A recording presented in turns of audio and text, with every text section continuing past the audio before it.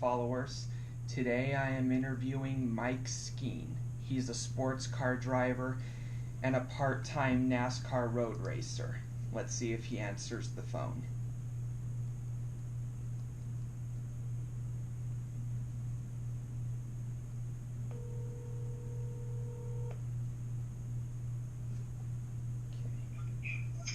Hello? Hey Mike, this is Doug Kenney talking. How are you? I'm doing good. Are you ready to do this phone chat? Sure. Yeah, how are you doing in tough times such as these? Pretty good, not too bad. Been super big couple months. Yeah, so far I've avoided the virus, and I think that's because of my healthy eating that I've been doing lately and my bodybuilding. That's good. Yeah, so I have a list of questions about your racing career, and hopefully you have the answer for them. Alright. So, where are you originally from? Portsmouth, Virginia. Oh, nice. What's it like there? Well, there's a lot of military there. It's very close to Norfolk and Virginia Beach, so there's a lot of Navy especially, but all sorts of military. My dad was in the Navy at the time, but there's a lot of water sports, boating, and all that kind of stuff. Pretty nice.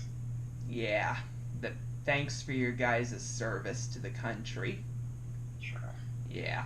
What made you get into motor racing? Well, my dad was always kind of a car guy, and I started doing a little bit of go-kart racing just for fun as a kid, and enjoyed working on the cars with my dad, and just hanging out and doing that stuff. And it just all snowballed from there. I enjoyed going to the track a lot, and started doing some kart racing, and doing some driving instruction stuff too for some car clubs, and just getting seat time. It all evolved from there. That's pretty cool. The closest I've done to actual professional racing was probably when I ran a couple go-kart races at the Untitled track in Denver, Colorado. Mm-hmm. I'm originally from Colorado. Oh, cool. Yeah, have you ever been to the Untitled track? No. Yeah, it's owned by Johnny Unser, who I think he's the son of Jerry Unser and the nephew of Bobby and Al, I believe. Mm-hmm. Yeah. Who is your biggest racing hero? I don't know. I mean, when I was growing up, I followed Michael Schumacher a lot. I was a big fan of his. Obviously, he was really doing well in Formula One at the time, and so he was somebody that I looked up to a lot. But there's a lot of guys that we seen like Ron Fellows, that have all been big influences, and many of which I've gotten to meet and even race with a few of them since. Yeah, that's really cool. Did you hear that Ron Fellows was awarded the Order of Canada this year? I did not hear that. Yeah, he got the member of the Order of Canada. That's cool. Yeah, he's one of my favorite road racers, and yeah, I really think if he had a better opportunity, I think he would have won a cup race. Oh yeah, for sure. Yeah. What made you choose a sports car racing career over other divisions? Well, when I was a kid, I was kind of looking up, towards doing some open wheel stuff. Like I said, I was watching Formula One and liked kart and all of that, and really kind of had my sights set on that when I was running shifter karts and stuff. But I got tall and really too tall for a lot of the junior open wheel cars, and so decided it was a better fit to look at kind of GT sort of stuff and touring cars, and started doing a little bit of that, and just found kind of a niche there that seemed to work out pretty well. That's really cool. Good to hear. So, how did you get your Truck Series ride with Eddie Sharp's team for Mosport? That was with a sponsor that I had doing World Challenge at the time, Hawk Performance. They were, kind of broadening their horizons a little bit, expanding their product line some, wanting to do a little marketing. And, we had had a lot of success at Mosport and World Challenge, so it seemed like a good fit to go and try that race while they're doing it. That's really cool. What was your reaction to qualifying in the top 5 for that particular race? Certainly it was good, but we had led all the practice, and so we were kind of hoping to, put it on the pole. And you're always looking to be out front, but, certainly I think it was third. We finished or qualified, so, we knew we had a good truck and could probably race pretty well, so that was a good spot to be in with. That's cool. You don't have to answer this next one if you don't wish, because it's probably not a good memory, but what happened with you and Max Papis on the final lap? Well, leading up to the final lap, he had, I don't know if you remember the race much, but he was not really up front. I hadn't really raced with him any before the very end of the race. He pitted for tires later than a lot of the front-running trucks, so he was running up there on better tires and kind of moved me out of the way a lap or two before.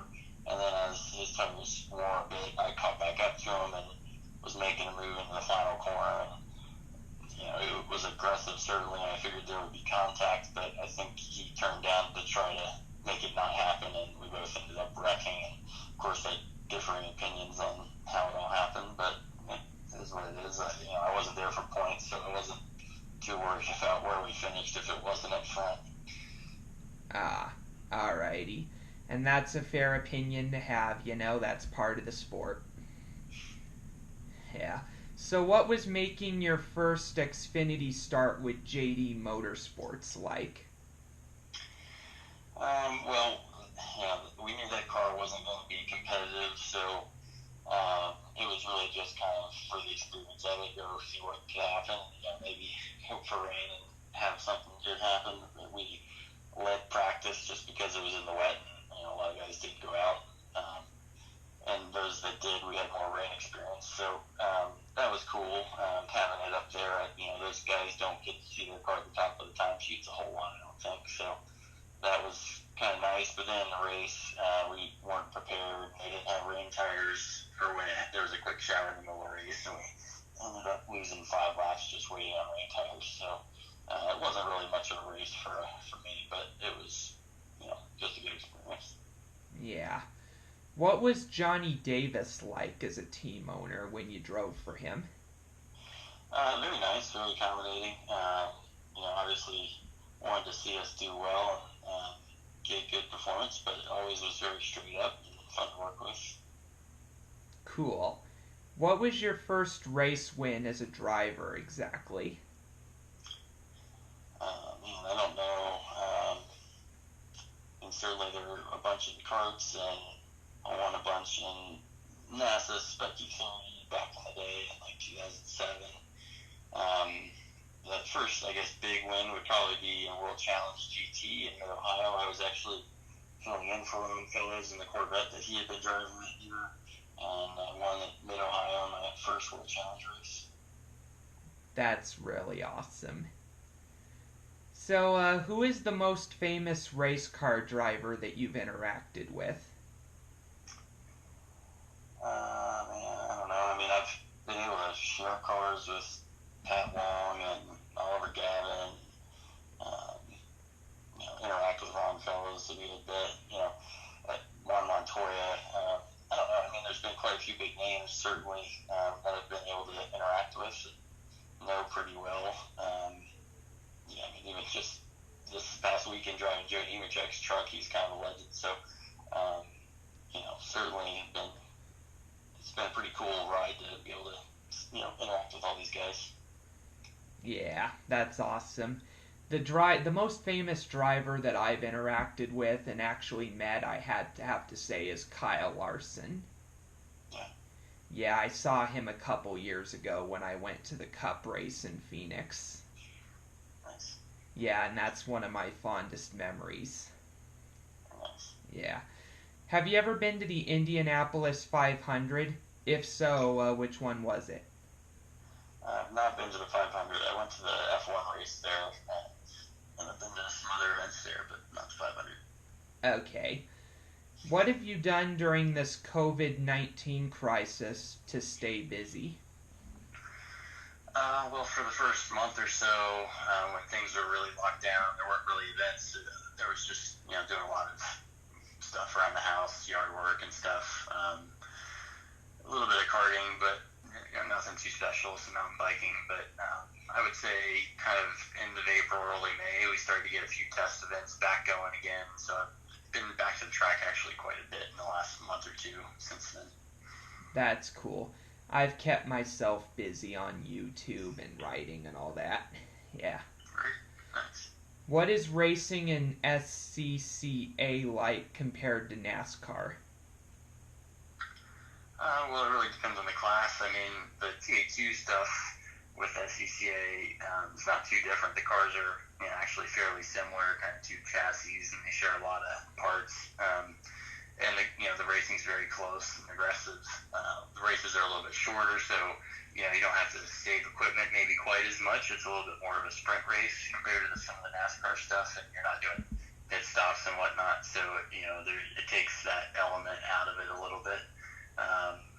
But yeah, the NASCAR stuff is just a little bit more strategy intensive because of the length of them. Yeah, makes sense. What is racing and endurance racing like compared to stock cars? Well, certainly the current crop of like GT3 and LMP cars are, lots more downforce, lots of grip. You can be really aggressive with them throughout. So even though the races are really long, you're still not really saving equipment very much because they're kind of overbuilt. The cars are really made for it. So you can push basically the whole time. And really have to push the whole time. So it's just an incredibly long sprint race, basically. But the potential of the cars, the performance of the cars is really high. So you're just constantly trying to get everything out of those and having really hard battles more than you are saving the cars. Alrighty. What is racing in Trans Am like? It's a fun series, like I said. The racing's really close, really tight. The cars are all pretty even, and there's a lot of good drivers in the series, so it's a lot of fun. This season has been kind of mixed up with COVID, the schedule getting moved all around, but so far we've had a pretty good year with, I think, 5 events now, and hopefully we'll get most of the rest of them in, and we can have a complete year, but, we go to a lot of great tracks, and, really hit the highlights, I would say, of North American tracks, so that's always good, and it's just a blast racing those cars. Cool. Have you ever raced with sports car legends like Andy Lally, Andy Pilgrim, or Tommy Dreese? Oh yeah, for sure. All those guys you mentioned I've raced with quite a bit. Certainly Andy more in IMSA and stuff, and then I raced with Andy Pilgrim, Johnny O'Connell, and those guys from World Champions. Tommy Dreese and others in Trans Am, and Klaus Graf, and there's a really long list of guys for sure. Whether it's been sharing a car in IMSA, doing endurance events with Ryan Diao and stuff like that, or battling against him directly. It would take forever to name all those guys. Have you ever that's true. And have you ever interacted with Nick Janssen at all? A little bit, not too much. Most of the time, like when he was running a World Challenge, we were in different classes. He was in GTS and I was in GT, so I'd see him in the paddock quite a bit, but not we weren't directly racing against each other. So certainly know him, but haven't raced a whole lot against him. Alrighty. And this is the last one I have on the list. What does your future look like so far as racing? It's tough to say. The industry is obviously always changing, and it's tough to find new stuff all the time. That's the goal, is to keep progressing and getting better and better rides and chase championships. And I think this year, currently we're leading the T2 championship, and I think it's looking pretty good that we can try to maintain that through the end of the year. But it's going to be a long battle, but hopefully hopefully we can maintain that, and we'll see what's in store for next year. For sure, and I wish you the best of luck and all that. Appreciate it. Alrighty, I'll keep in touch with you about my ongoing project and let you know when it comes out. Alright, sounds great. Alright, thanks for your time. No problem, thanks. Alright, bye. That turned out very well, and I'm proud of it.